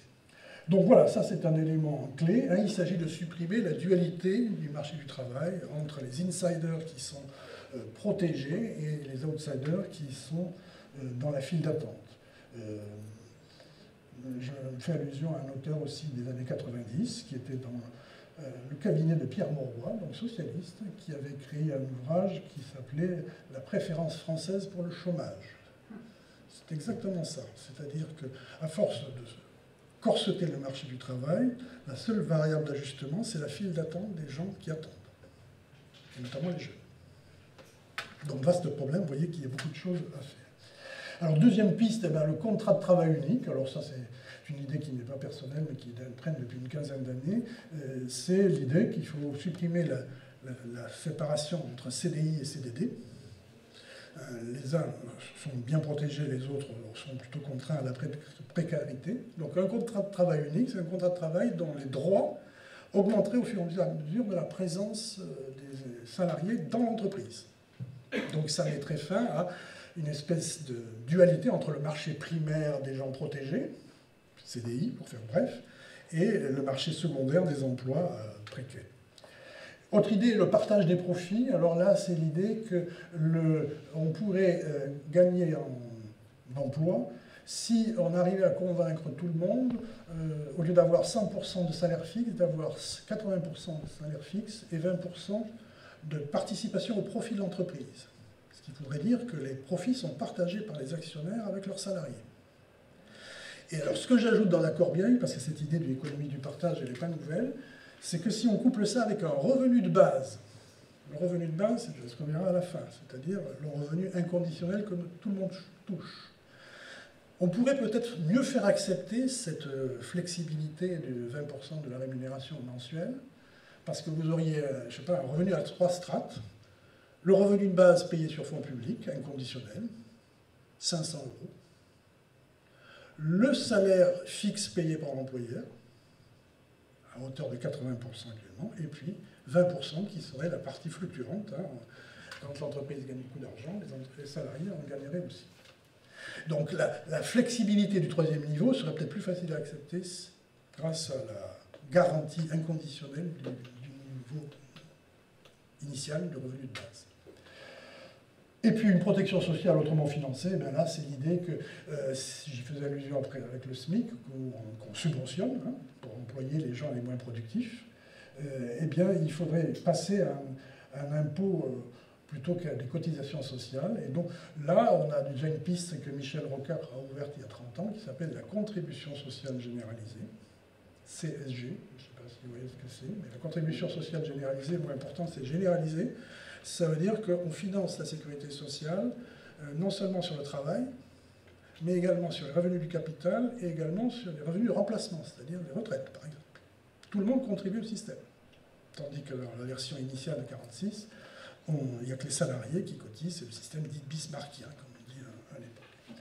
Bon, je ne vais pas faire plus long parce que sinon ça m'amènerait trop loin, mais la CSG aussi est un impôt proportionnel, pas progressif. Proportionnel. Hein. Ce n'est pas la progressivité de l'impôt sur le revenu, par exemple. Alors, deuxième strate intermédiaire, on reprend Rawls, la juste égalité des chances. Et alors là, l'idée, c'est de refondre la juste égalité des chances en utilisant les débats que Rawls a eus cette fois-ci avec Sen, sur le thème des capacités, dont on va parler dans un instant. Et donc, il s'agit de passer à une colonne philosophique de la lutte contre l'arbitraire du milieu social de naissance, dont Rawls parle à l'origine, à ce que Sen appelle la lutte contre les injustices réparables. Et donc là, l'économiste Sen s'adresse au philosophe Rawls en disant, hein, je résume, c'est bien beau de faire une différence entre les origines sociales et les origines naturelles des inégalités, mais quand un enfant arrive à l'école, qu'il est en retard, est-ce que c'est social ou est-ce que c'est naturel?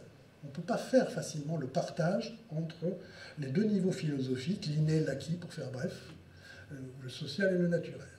Donc la position de Sen, elle consiste à dire, on va lutter contre les injustices qu'on peut réparer, qu'elles soient d'origine naturelle ou qu'elles soient d'origine sociale. Hein. Un enfant immigré, hein, c'est peut-être plus probablement social parce qu'il a un retard de l'apprentissage du français, par exemple. Voilà, ça sera un élément qu'on peut réparer facilement. Et donc, c'est cette idée-là que Rawls utilise que Sen utilise pour définir ce qu'il appelle la capacité. Alors, la capacité au sens de Sen, c'est une idée compliquée, mais je la définirai en disant c'est l'éventail des modes de vie auxquels un individu a accès. Hein, les choix de bifurcation qu'il peut avoir quand il est jeune, au moment où il s'oriente, mais aussi en cours de route. Pour faire comprendre ce que signifie la capacité, je vais prendre un exemple que Sen utilise de manière provocante. Vous avez deux personnes qui sont en train de mourir de faim. L'une est dans la rue, elle subit son sort, parce qu'elle n'a pas les moyens de se nourrir. L'autre est dans un lit, parce qu'elle fait une grève de la faim. Au bout de 3 semaines, ils sont encore lucides, mais il faut qu'ils éventuellement intervenir. Si la personne intervient vis-à-vis du mendiant dans la rue, hein, Sen est d'origine indienne, donc il a connu la famine dans sa jeunesse en Inde, eh bien, la personne va mourir, elle subit son sort. Sa capacité est réduite. Elle est condamnée à mort. Le gréviste de la faim qui fait une grève pour des raisons qui le regardent, légitimes, politiques, religieuses, on ne va pas chercher à savoir pourquoi, c'est légitime. Il a quand même le choix élémentaire de mettre fin à sa grève. Donc la capacité du gréviste de la faim est supérieure aux mendiants qui meurent de faim, alors que physiologiquement, de manière, en termes de bien-être, ils sont dans le même état. Physiologiquement, ils sont vraiment dans une situation extrêmement grave.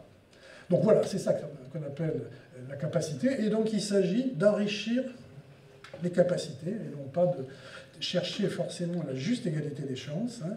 L'enrichissement des capacités, ça ne veut pas dire forcément l'égalité des capacités. Hein. C'est là où on devient très... On s'éloigne de Rawls, hein. Ce n'est pas l'égalité des chances, c'est le fait qu'à chaque étape de la vie, chaque individu a des capacités aussi larges que possible. Alors, eh bien, j'ai essayé de décliner ça à 3 âges de la vie. Hein. Le jeune mineur qui dépend de ses parents, le jeune majeur qui commence à être juridiquement autonome, donc, et puis les gens qui sont adultes au cours de leur vie d'adulte. Alors, pour faire bref, on y reviendra s'il y a des questions, la capacité du jeune mineur, il s'agit de faire en sorte là, de mettre le paquet de l'argent public en fondant une nouvelle école de la République, qui donne vraiment les moyens à ceux qui n'ont rien d'enrichir leurs capacités. Et donc, là, je m'amuse, entre guillemets, à proposer une école de la République donc fondée sur fonds publics, mais complètement décentralisée, pédagogiquement autonome, où le directeur recrute ses enseignants qui ne sont plus des fonctionnaires.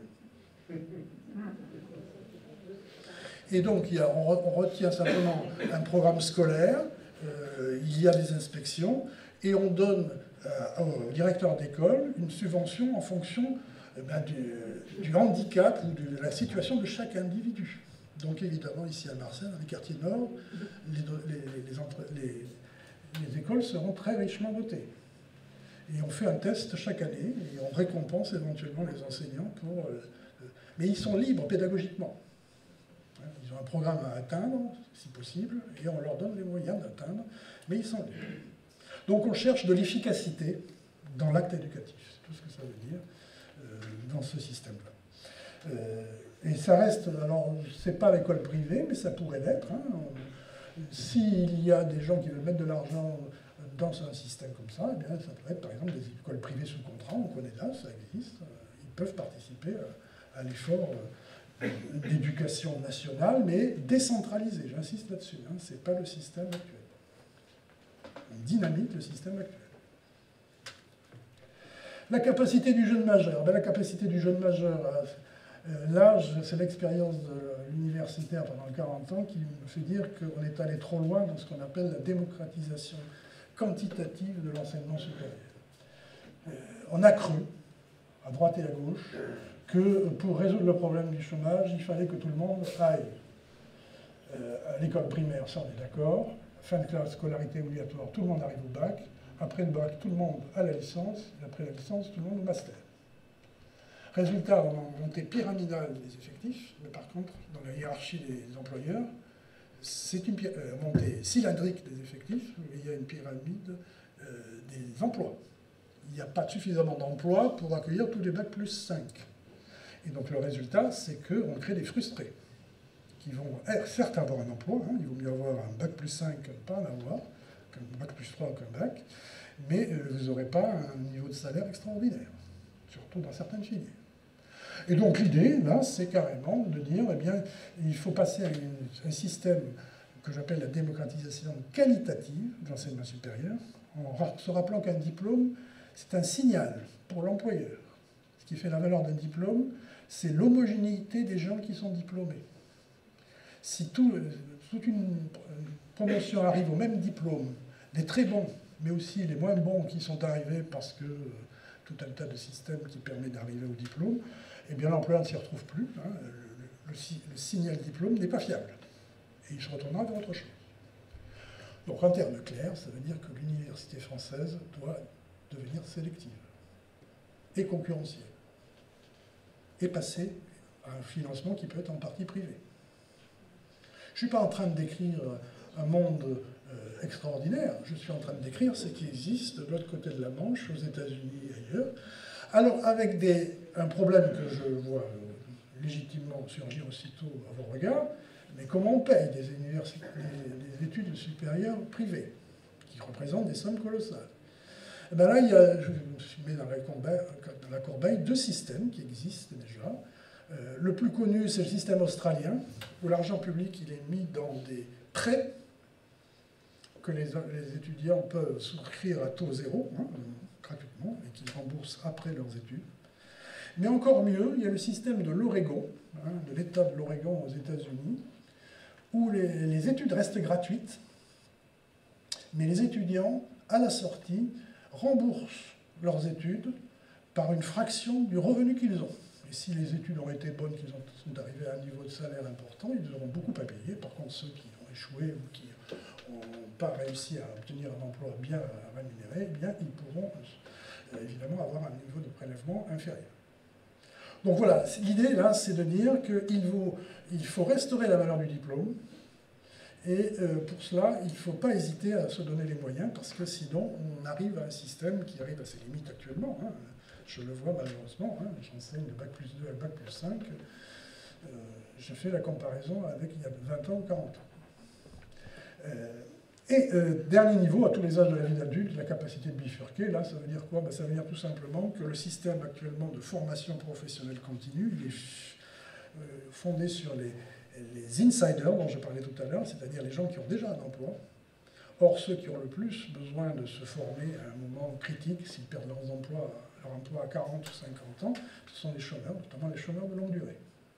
Donc il faut refonder la formation professionnelle continue, non pas comme un droit annexe de quelqu'un qui a déjà un emploi et qui pourra se perfectionner en anglais avec des stages. Il a le droit, c'est légitime, mais il faut donner prioritairement sa chance ou sa capacité, restaurer la capacité de ceux qui n'ont rien, c'est-à-dire qui sont hors emploi.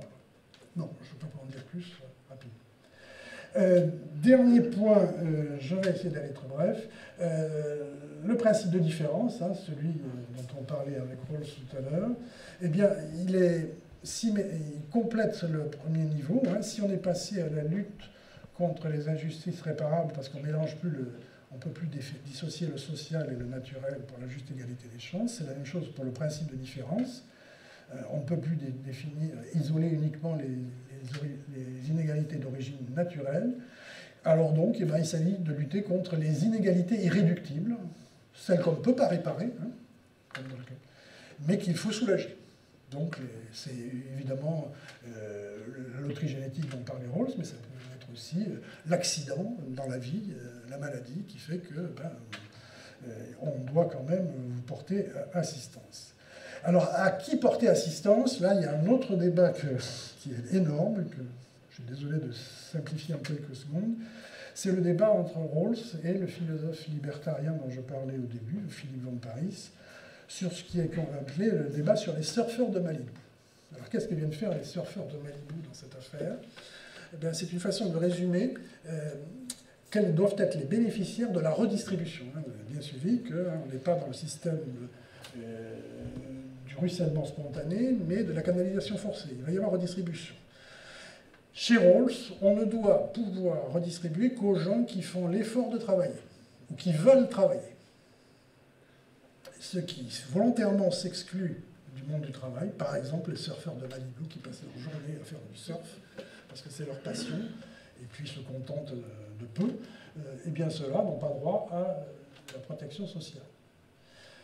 Von Paris dynamite le système en disant non, c'est dans une société libérale, du moment que les gens ont un mode de vie qui paraît légitime, c'est pas fondé sur la drogue ou sur ce que vous voulez, quelque chose qui remettrait en cause leur autonomie, etc., du moment qu'ils ont fait le choix de ne pas travailler, eh bien, ils peuvent avoir droit aussi à la redistribution. Donc le surfeur de Malibu aura droit à ce qui apparaît derrière, c'est-à-dire le revenu de base inconditionnel, que vous touchez que vous travaillez ou pas, et vous touchez la même chose, quel que soit votre mode de vie marital, seul, en couple, etc., etc. Donc c'est un droit individuel, constant, de la naissance à la mort, ou de la majorité à la mort, c'est le cas le plus souvent. Et donc c'est ça qui donne lieu au troisième pilier, le revenu de base comme crédit d'impôt universel. Alors là, oui, je reviens à mon idée sur le salaire minimum que j'avais oublié, c'était là que je voulais dire. On supprime le salaire minimum au fur et à mesure que le revenu de base monte. La grande différence, c'est que le revenu de base, tout le monde le touche, pas que ceux qui ont un travail. Donc c'est ça l'idée, hein, que j'avais oublié tout à l'heure. Alors le compromis acceptable, c'est un compromis acceptable entre la philosophie de Van Parijs et le financement par un crédit d'impôt. Alors ça veut dire que ce n'est pas la monnaie hélicoptère. Je ne sais pas si vous avez entendu cette expression dans le débat public. La monnaie hélicoptère, ben, c'est ce que les banquiers ont envie de faire actuellement. Quand les banques n'arrivent pas suffisamment à prêter, eh bien elles veulent créditer. Les banques centrales auraient l'intention de créditer le compte de tout le monde d'un montant donné. C'est la monnaie hélicoptère, on donne de l'argent. Et on peut dire que les 18 mois que nous venons de vivre, on n'est pas loin du système. Hein. On a beaucoup vécu avec ce système-là, mais ce n'est pas durable. Donc ce n'est pas la monnaie hélicoptère, le revenu de base, hein, ce n'est pas de l'argent qu'on crée monétairement par la planche à billets, hein, c'est de l'argent qu'on prélève par l'impôt. Et qui fait que si vous avez beaucoup d'impôts à payer, vous aurez évidemment une réduction d'impôts comme tout le monde, hein, qui viendra réduire le montant d'impôt que vous versez. Et par contre, si vous n'avez pas d'impôts à payer, peu d'impôts à payer, ben vous toucherez la différence. Hein, c'est ça le principe du crédit d'impôt universel. Et ça signifie que c'est une réforme de la protection sociale et de la fiscalité. Alors là, je vais faire bref, mais c'est aussi énorme. Hein. Alors, ce n'est pas un programme électoral que je suis en train de vous vendre, hein. C'est une stratégie pour le XXIe siècle, si le monde devait devenir libéral au sens où je l'entends.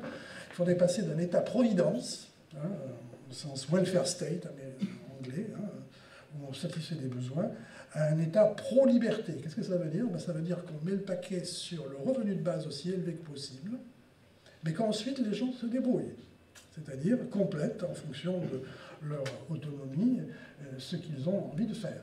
Alors évidemment, il y a des cas particuliers, hein, il y a des handicapés, notamment mentaux, etc. On ne va pas traiter tout le monde sous cet angle-là, mais ça signifie que c'est une réforme complète du système de l'État-providence dans lequel nous sommes, avec un socle qui est le revenu de base, et puis un système d'assurance retraite qui ne serait plus le système par répartition, mais le système par capitalisation. Un système d'assurance maladie qui pourrait, pour une partie minimum, faire partie du revenu de base, y compris une composante monétaire et droit à un minimum de droit à la santé, à l'accès à l'hôpital par exemple. Mais pour le reste, eh bien, c'est aussi des assurances mutuelles ou privées qui compléteraient. Bon, et puis alors, ce système du revenu de base, dans les détails, on ne peut pas l'expérimenter comme certains le veulent, c'est-à-dire qu'on ne va pas rajouter le revenu de base à ce qui existe déjà, le revenu de base se substitue à ce qui existe. Donc c'est une montée en puissance progressive qu'il faut prévoir et non pas une nouvelle strate de l'État-providence. C'est une bifurcation stratégique, hein, c'est État-providence, État pro-liberté, hein, c'est pas pareil du tout. Bon, et alors, bon, ça je l'ai déjà dit, c'est le plan, et alors je vais peut-être m'arrêter là, parce que sinon c'est la conclusion. La conclusion, c'est une quatrième partie. Au moins 3 minutes sur les premiers cordées. Ben, d'abord la conclusion. La conclusion, c'est le directeur de la collection qui voulait absolument que j'aborde d'autres sujets que la question sociale, hein, que la question de la justice sociale. Donc vous avez les 4 sujets qui sont abordés. Hein. La concentration du capital, les défis du numérique, la transition écologique et puis le désordre des relations entre États.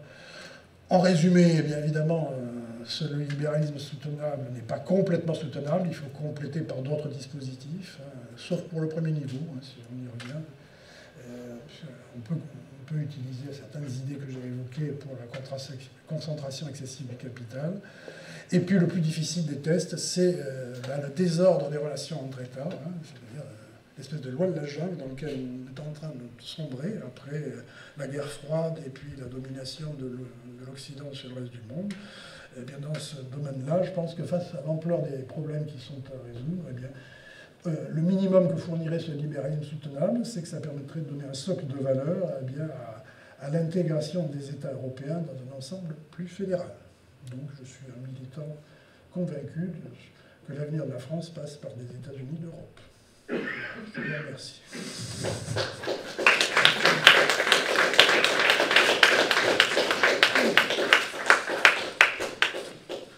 C'est à vous maintenant. Vas-y, José. Court. Alors moi, très court. Je voudrais dire que je ne suis pas d'accord du tout avec le système américain de prêt pour les étudiants. Je connais depuis 50 ans un couple de gens qui ont des revenus, je dirais classe moyenne plus, un chercheur scientifique qui a un haut niveau et sa femme qui était bibliothécaire au Sénat, à un haut niveau responsable.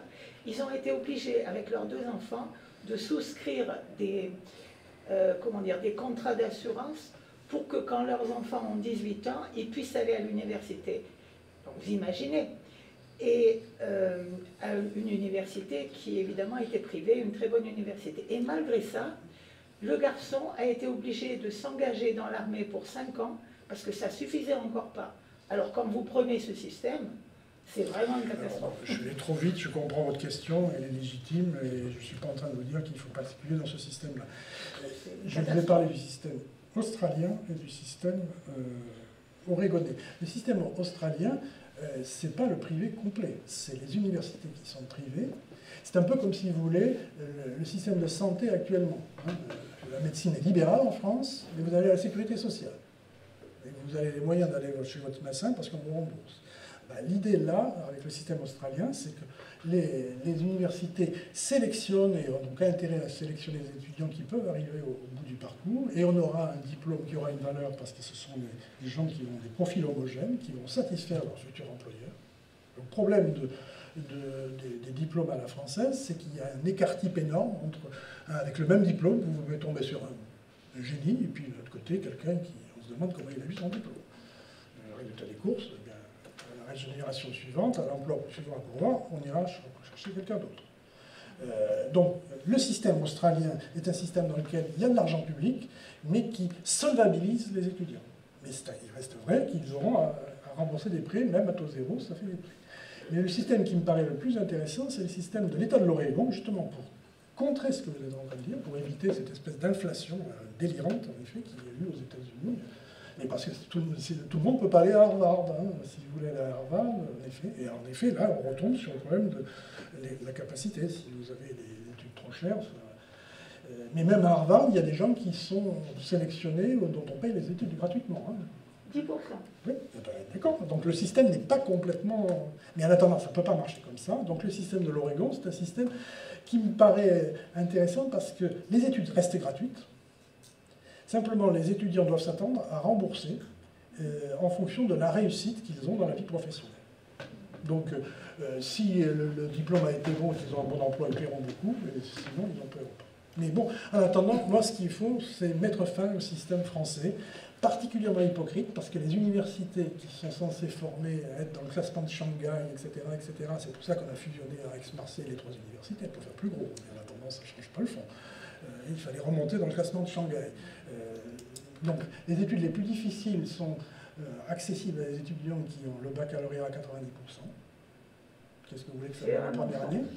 Par contre, il reste à côté des filières sélectives qu'on ne touche pas, les classes préparatoires, commerciales, d'ingénieurs, qui permettent de maintenir à côté. Moi, je veux que le système qui est valable dans les classes préparatoires devienne la norme à l'université. Habituellement, ici, nous sommes très libres. Donc, je vous propose d'avoir des questions relativement courtes et des réponses suffisamment courtes, parce qu'à 21h, il faut que nous soyons partis de cette salle, ce qui est exceptionnel. Mais bon, ce soir, ça nous arrive comme ça. Jean. Oui. Donc, offre, demande, libre concurrence, ce sont quand même les principes du système libéral, les principes fondamentaux. Et comment expliquez-vous que la recherche principale, c'est celui du monopole par les grands groupes Alors, non. Quand je vous dis que le libéralisme, c'est la dispersion... avec les principes du libéralisme. Oui, absolument. Mais un libéral croit à la régulation de la concurrence, c'est-à-dire que, c'est peu connu en France, mais vous avez une autorité de la concurrence en France, vous avez une commission de Bruxelles avec une commissaire européenne qui s'appelle Mme Vestager, qui a pu infliger des milliards d'euros d'amende à des groupes comme Google ou Amazon. Hein. Donc, tout n'est pas... le libéral, quand je vous dis que ça diffuse le pouvoir politique et économique, c'est en effet qu'il faut laisser la diffusion aussi large que possible. Donc un monopole n'est pas sain pour un libéral. Il faut, sauf des cas très particuliers, les industries de réseau, bon, vous ne pouvez pas avoir 2 réseaux électriques. Donc là, mais ça, c'est une défaillance du marché et l'État est légitime à intervenir. Mais non, je vois bien la différence entre la pratique capitaliste qui tend, évidemment, les acteurs tendent à fusionner, à devenir plus gros et éventuellement à obtenir le monopole, mais on ne le tolérera que si les consommateurs, l'autre partie du marché, le supportent. C'est pas évident du tout. Patrick. Dans votre proposition de travail et l'éducation, etc., je crois que moi je suis du monde du bâtiment. J'aimerais tant, je ne dis pas affaire à des universitaires, mais à des gens qui aiment un métier, à qui on a aussi appris que ce métier pourrait l'aimer. Un métier manuel. Tout à l'heure, vous avez des poncifs qu'on entend souvent, les gens les moins productifs. Mais moi, si je ne les ai pas, ça produit zéro. Peu productif ou pas, il n'y en a pas. Donc, cette idée d'envoyer tout le monde à la grande école, peut-être un peu révolu, et peut-être qu'il serait-il sage de repenser ça et de dire que pas tout le monde est Einstein, quoi. Einstein, l'électricité, je suis content. Bon, là, j'ai été obligé d'être très rapide, mais je suis entièrement d'accord avec vous. Je ne vous dis pas que tout le monde doit aller. Je vous laisse les clés et vous fermerez vous. Non, je suis d'accord avec vous. Le débat est intéressant, mais il ne faut pas qu'il lâche. On ne va pas faire la grille d'horaire de France Culture. Michel. Non, enfin, je peux répondre 2 secondes. Non, je suis d'accord avec vous, hein, et si vous lisez l'ouvrage, vous verrez que je suis pour la diversification des parcours. Hein. La capacité, ça ne signifie pas forcément que d'aller mettre tout le monde dans des universités privées concurrentielles. Il y a des gens qui peuvent trouver dans l'apprentissage, dans d'autres formules plus concrètes, des métiers manuels, et qui réussissent très bien. Hein. Mais ça, je n'ai pas eu le temps de le dire. Hein. Je me suis concentré sur le... Mais tu reviens l'an prochain. Michel, vas-y. 3 phrases. La première pour dire que c'est extrêmement cohérent, mais que c'est extrêmement discutable, tout ce que vous avez dit. Chacun des points mériterait à la fois 1 heure de présentation et 1 heure de discussion. Mais je veux vous dire que je suis dans tout à fait d'accord sur le SMIC, sur le revenu de base, sur la CSG, sur l'école. Merci de m'avoir supporté. Non seulement c'est supportable, soutenable, mais ça mériterait à chaque fois 1 heure de présentation et 1 heure de discussion. Sur chacun des points. Vous êtes conscient que c'est tout ce que nous, en tant que salariés, syndiqués ou pas syndiqués, nous combattons ce que vous proposez quand même. La suppression du SMIC, l'école qui recrute ses enseignants, le passage à la CSG, etc. Alors, plus sur la mobilisation des gens que vous mobilisez, John Rawls en particulier, je suis étonné que vous le tiriez dans ce sens-là. John Rawls, il est aussi très souvent tiré de façon, me semble-t-il, légitime, du côté de la justification de l'État-providence. La minimisation des inégalités, de sorte qu'elles profitent à tous, cette minimisation, c'est pas la révolution marxiste, mais c'est tout de même plutôt un pilier de l'État-providence. Et puis, donc c'est une question, je m'en permets une autre. Si on prend un exemple parmi tous que je trouve contestable, vous savez sûrement que les études sur le SMIC sont extrêmement contradictoires. Beaucoup d'études conduisent au fait qu'il est peut-être un obstacle à la création d'emplois, mais beaucoup d'autres montrent qu'il ne joue qu'un rôle protecteur, un rôle de cohésion sociale, un rôle favorable à la demande, et finalement pas défavorable à l'emploi. Donc c'est loin d'être tranché cette question. Et si on supprime le SMIC, où est l'incitation à travailler, qui est aussi un thème très cher aux économistes libéraux, hein, quand on lit Camus, Zilberberg, tous ces auteurs qui traitent du chômage d'un point de vue de théorie économique néoclassique. Hein. Ils insistent beaucoup sur l'incitation à travailler. Si le SMIC disparaît, à quoi bon tout ça va aller où? Très intéressant. Là, il faut que je prenne le temps. Donc, merci pour vos 3 questions. Elles sont vraiment très pertinentes. Alors, bon, j'ai bien conscience, en effet, de provoquer à tous les étages. Mais justement, moi, je revendique mon rôle d'universitaire. Je ne suis pas un homme politique qui vous présente un programme politique. Je suis là pour faire réfléchir à une société qui pourrait être différente de celle dans laquelle on est installé depuis 60 ans et qui accumule un certain nombre de travers et qui n'est pas alors financièrement soutenable. Moi, mon problème, il est là, pour l'année prochaine. Quel est le candidat qui va redresser la barre du système dans lequel on s'enfonce doucement, Je vous rappelle que l'endettement de la France, il y a 40 ans, était tout à fait supportable. C'était de l'ordre de 20%. Il ne s'agit pas de chercher 0%. Là, on est à 120% du PIB. Donc, autrement dit, il y a des réformes de fond à faire, et ce n'est pas en mettant, je dirais, les problèmes sous le tapis qu'on les résoudra. Il faut éventuellement réfléchir à une stratégie de très long terme. Je ne suis pas en train de vous dire que c'est un programme pour les 5 ans à venir. C'est peut-être pour le demi-siècle qui vient, je ne sais rien. Alors, Rawls, deuxième chose, Rawls, mais je suis entièrement d'accord avec vous, le principe de différence, c'est un principe qui est là pour soulager la pauvreté, mais en utilisant la mécanique de l'économie de marché, c'est-à-dire c'est ce que j'essaie de vous expliquer, en tenant les deux bouts de la chaîne, d'un côté, pour que la pauvreté soit soulagée, que le maximum de gens passe au-dessus du seuil de pauvreté, il faut que la société soit riche. Et pour qu'elle soit riche, il faut qu'il y ait de la croissance économique, où il y ait des initiatives privées, il faut qu'il y ait des start-up, il faut qu'il y ait un certain nombre de dynamiques qui sont fondamentales. Donc il vaut mieux une société riche qui tolère une certaine égalité pour améliorer la pauvreté de tout le monde, plutôt qu'une société qui va un peu à la Piketty. Je cite Piketty, Thomas Piketty, je l'aime beaucoup, il est très intéressant, mais il fait de l'histoire économique, il fait de l'histoire du capitalisme, moi je fais de l'histoire de la philosophie. Il devrait lire plus de philosophes. Et s'apercevrait à ce moment-là qu'il vaut mieux tenir compte de ce que dit Rawls, c'est-à-dire qu'il faut quand même une société relativement riche. Parce que si on utilise ce système avec des taux marginaux d'imposition de 80 ou 90%, qu'il propose, ça existait aux États-Unis, il faut le faire là, mais il casse la dynamique de la création d'entreprises, de la création d'emplois. C'est aussi simple que ça. Et alors, il dit, c'est l'exemple de Roosevelt, mais c'était Roosevelt les États-Unis, et je suis bien d'accord, on ne peut pas comparer les États-Unis et la France. Aux États-Unis, probablement qu'il faut augmenter l'impôt sur le revenu, parce qu'un certain nombre de présidents républicains ont réduit l'impôt sur le revenu, mais en France, c'est peut-être l'inverse. Ne pas augmenter, on est déjà arrivé à un certain niveau. Alors le SMIC, vous me dites, oui, je suis d'accord avec vous, les études sont contrastées. Moi, ce que je parle bien du SMIC à la française, salaire minimum interprofessionnel de croissance, qui a succédé au SMIC des années 50. C'est-à-dire qu'en France, on cherche le beurre et l'argent du beurre. Non seulement un salaire minimum, mais la croissance de salaire minimum.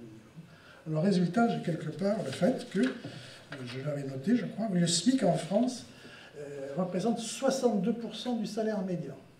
C'est-à-dire qu'il y a énormément de gens qui sont payés au SMIC, parce que le SMIC est une espèce de voiture-balai qui va très vite, et qui fait que les salaires moyens sont très proches du SMIC. Il y a beaucoup de gens payés à 1,2, 1,3, 1,4 fois le SMIC. Et donc ça, c'est beaucoup trop élevé. C'est ça que je suis en train de vous dire. Parce que pour mériter des salaires en plus chargés socialement, parce que le SMIC, il y a eu des exonérations de charges sociales, mais dès que vous êtes au-dessus du SMIC, votre employeur, pour vous assurer une carrière, il va payer cher. Il va être obligé de payer des cotisations sociales patronales dont il était exonéré s'il était au SMIC. Donc il y a ce qu'on appelle la trappe à bas salaire en France. C'est-à-dire que quelqu'un qui démarre au SMIC a toute chance de rester au SMIC parce que l'augmenter de 10%, c'est en fait 30% de plus pour l'employeur. Donc voilà, c'est tout ça que je suis en train de critiquer en disant, bon, le salaire minimum, c'était une bonne solution à la Rawls. Là, je vais dans l'autre sens. À une époque des 30 glorieuses où tout le monde avait un emploi, dans une société comme la nôtre, où le chômage de longue durée est massif et installé depuis 30 ans, c'est plus le bon outil. Bon, on le réduit au fur et à mesure qu'on fait monter le revenu de base. Alors, est-ce qu'il y aura incitation à travailler ou pas? Moi, je suis désolé, mais c'est pas avec 500 € que les gens vont vivre. Simplement, avec 500 €, ça leur évitera d'accepter n'importe quel emploi complètement dégradé ou mal payé, parce qu'ils auront les moyens de résister à la pression d'accepter n'importe quel emploi. Donc ça participe de la diffusion du pouvoir économique dont je parlais. Le revenu minimum, c'est le pouvoir de négociation de ceux qui n'en ont pas du tout, y compris même pas un diplôme qualifiant qui permet d'obtenir facilement un emploi.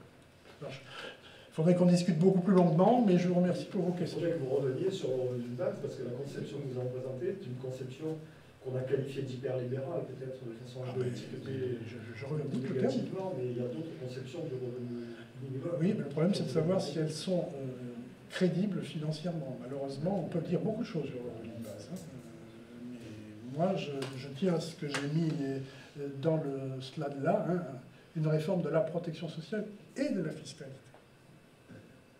Bon, il y a 2 graphiques dans mon petit ouvrage. Bon, je ne peux pas aller plus loin, mais bon, je suis d'accord avec vous. Le revenu de base, c'est une fausse bonne idée au sens où ça met d'accord des gens de toutes les orientations. Et bon, il faut lever les ambiguïtés parce qu'il y a un sérieux problème. Je vous remercie de votre exposé. J'ai trouvé que c'était très intéressant. Il me semble toutefois que ça renvoie à une sorte d'utopie. J'accepte. Alors, utopie, c'est une utopie. Comment mettre tout ça en œuvre? Je suis très perplexe. Parce que je pense que la société n'est pas du tout dans ce sens actuellement. Elle va même dans le sens contraire. Après, bon, ce que vous dites, il y a des choses qui sont un peu choquantes quand même. C'est vrai que je ne vous ai pas ménagé. Je pense que les problèmes d'éducation, et puis bon, dire. Alors pourquoi c'est choquant? Dire qu'on va formater des gens tous au même niveau, et pour. Bon, vous savez, c'est compliqué quand même. Quelqu'un qui sort avec un diplôme, même s'il est très intelligent, il n'est pas forcément intelligent de la même manière qu'un autre qui sort avec le même diplôme. Donc c'est compliqué. Tout ça c'est compliqué à brasser quand même. Repenser l'éducation, c'est un boulot auquel... Je vous propose d'acheter tous le livre, on organise. Oui, j'organise un séminaire un samedi, on prend la journée pour discuter du livre. Voilà. Tu veux répondre? Oui, utopie, j'accepte le terme tout à fait, mais c'est le propre de l'universitaire. C'est sûr. Ou ailleurs qu'à l'université, on peut se lancer des projets pareils qui amènent à réfléchir. Je ne dis pas que c'est la solution, mais justement, ça permet de desserrer l'existant. Bon, il y a l'existant, mais on pourrait imaginer si... Évidemment, c'est une longue marche, et puis je suis pas du tout sûr que ça aboutisse, c'est pas quand même, mais ça donne plus de variété. Et pour le diplôme, oui, attention, le diplôme, je ne suis pas en train de dire qu'il faut que je formate les gens. Moi, je m'aperçois que les diplômes sont dépréciés à l'université. C'est ça.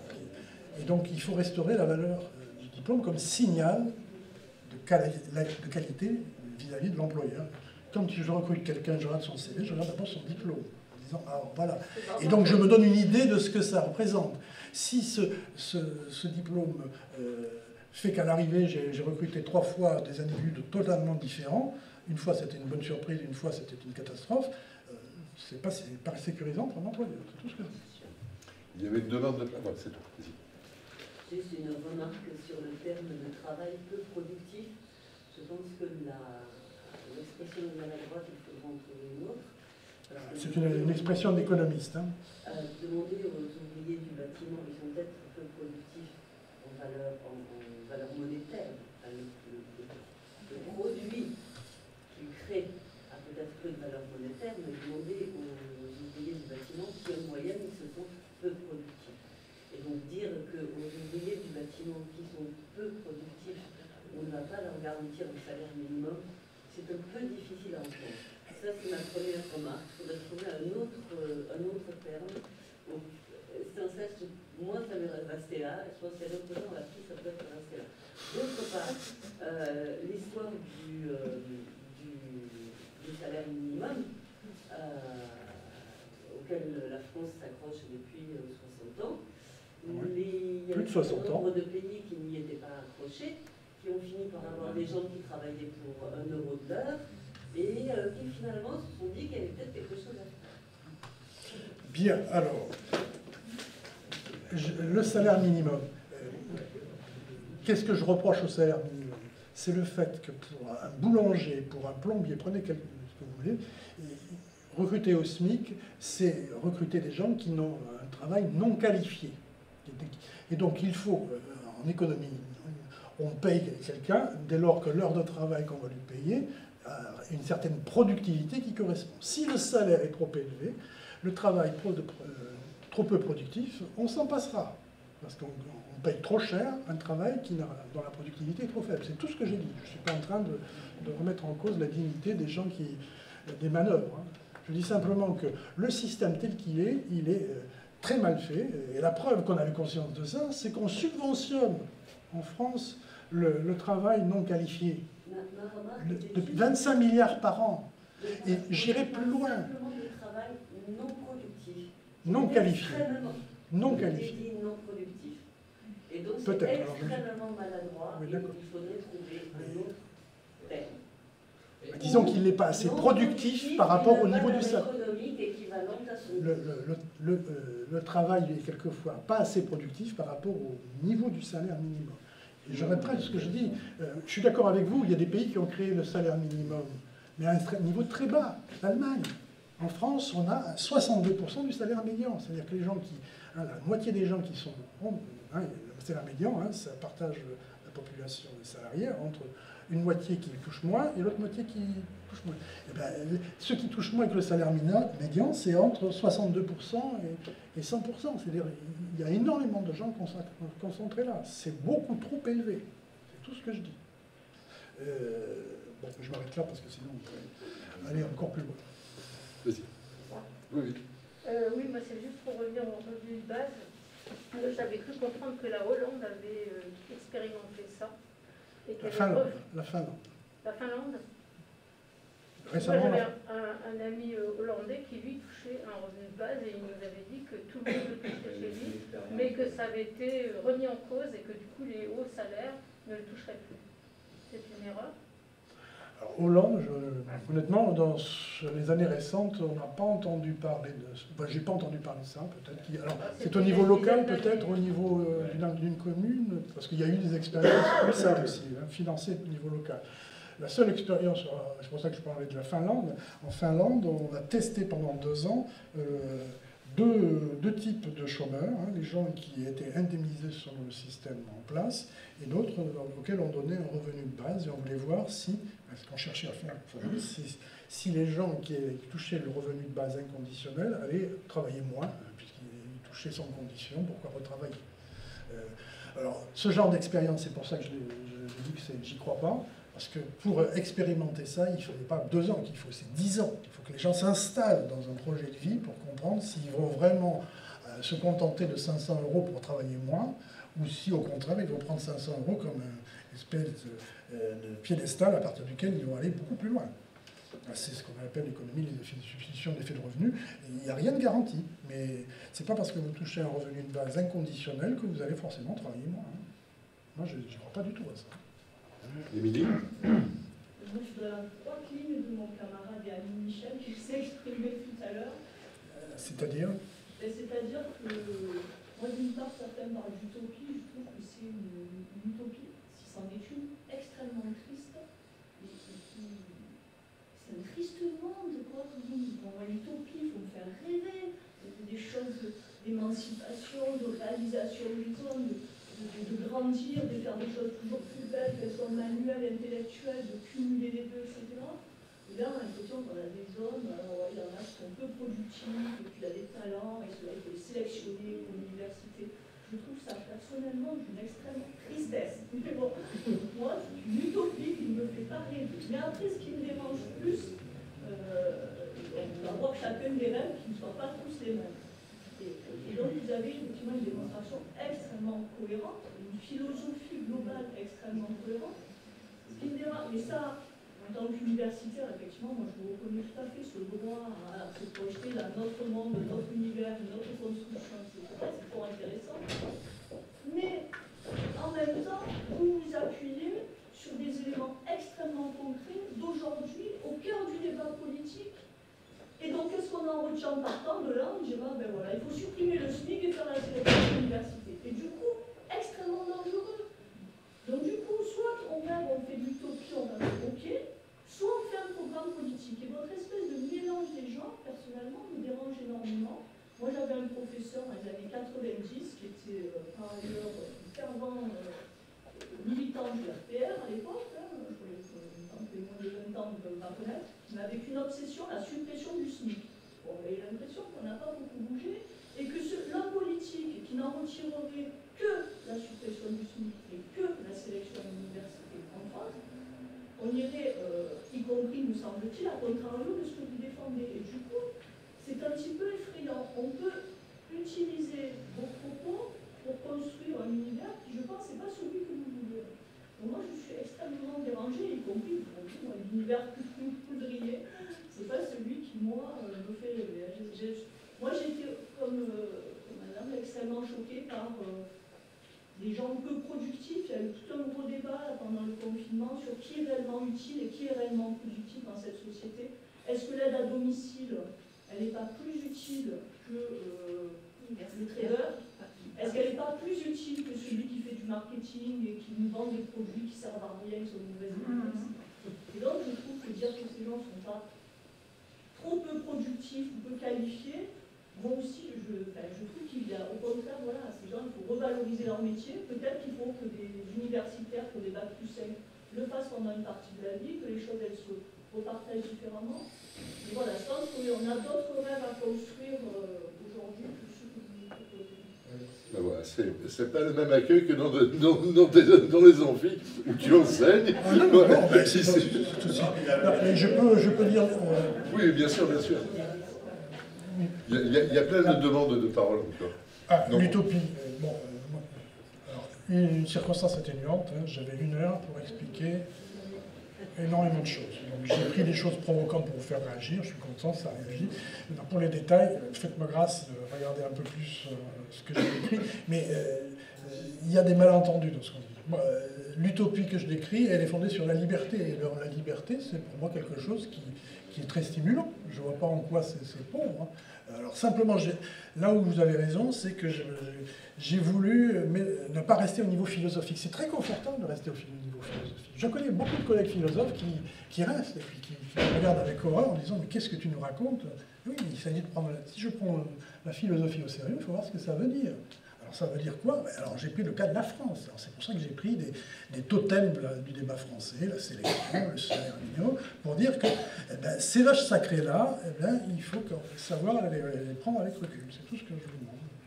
Après, je ne vous dis pas que j'ai la solution toute faite. Hein. Cédric. Oui, alors, je vais peut-être être le seul qui va vous défendre un petit peu. Alors, je ne suis absolument pas d'accord avec tout ce que vous avez dit, mais sur la fac, je suis complètement d'accord et totalement d'accord. Je sais que ça peut vous étonner un petit peu malin, mais peut-être parce qu'on n'est pas de la même génération. Et moi, j'y suis à la fac. On voit qu'il y a beaucoup de gens qui sont à la fac qui ne veulent pas y être. Et c'est pas de leur fait, c'est que, comme disait monsieur tout à l'heure, et je suis complètement d'accord avec vous, on n'a pas valorisé l'enseignement, on appelle ça, apprentissage professionnel. Et moi, j'ai beaucoup d'amis dans le professionnel ou dans le professionnel. J'ai monsieur qui sont maçons d'ailleurs, qui est une très belle profession. Et il n'y a pas de place dans les amphis, on est 1000, il n'y a pas de place, les profs de TD ils sont surchargés. Du coup, ça fait qu'on a un enseignement qui n'est pas aussi adapté et bien qu'il devrait être. Et aussi, il y a des gens qui n'aiment pas ça, tout simplement. C'est pas une mauvaise chose, mais moi, par exemple, je me souviens que j'étais en terminale, j'ai discuté avec des amis, ils n'aiment pas lire, ils n'aiment pas là, ce qu'on vient de faire, la réunion qu'on vient de faire, et ils n'aiment pas ça, ça ne m'intéresse pas. Donc il faudrait peut-être les réorienter dans d'autres choses. Alors après, un truc que je suis en désaccord total avec vous, c'est comme vous avez dit que le libéralisme, c'est moins d'intervention de l'État. Comment vous expliquez le fait qu'aujourd'hui, c'est grosso modo, c'est un peu ça. Ma nouvelle école de la République, elle est publique, hein, et elle va là où il y a besoin d'argent public. Hein. Oui, sur les débats. C'est ça? Pardon? Si sur les inégalités de départ, l'État doit les... Oui, c'est que... Mais je parlais pas de ça, je parlais sur le terme de la concurrence. Vous parlez à la fin de la conférence des autres États. Sur la concurrence envers les autres États, comment vous expliquez le fait qu'aujourd'hui, au nom du libéralisme, l'État français, enfin les entreprises françaises plutôt, vont exporter, délocaliser leur entreprise dans des pays où le coût du travail est plus faible, comme par exemple en Roumanie ou dans d'autres pays d'Europe de l'Est, et du coup ça participe à une hausse du chômage en France? Oui, alors ça, c'est la dimension... C'est ce qu'en économie on appelle la division internationale du travail. C'est vieux comme Ricardo, enfin c'est pas nouveau. Hein. C'est-à-dire que l'idée c'est que chaque pays se spécialise dans les productions pour lesquelles il a un avantage comparatif ou un retard limité. Et donc dans les pays à forte main-d'œuvre peu qualifiée, donc faiblement payée, eh bien on va mettre le travail textile de base et on va garder en France le service marketing et le service conception des vêtements, par exemple. Donc ça, c'est la logique du libre-échange international.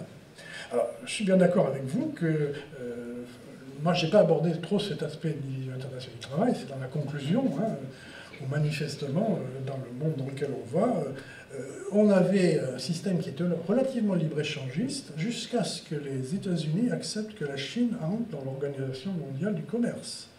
Parce que la Chine est rentrée dans l'Organisation mondiale du commerce en acceptant un certain nombre de règles du jeu, minimales, sur les droits de douane, etc., mais qui en fait ne respectent pas. C'est-à-dire que vous voulez aller faire concurrencer les Chinois chez eux, vous êtes obligé de trouver que le Parti communiste vous trouve un partenaire chinois avec une participation à 50-50. Ça, c'est le libéralisme à la chinoise, c'est pas du libéralisme, ça. Hein. C'est du rapport de force, tout simplement.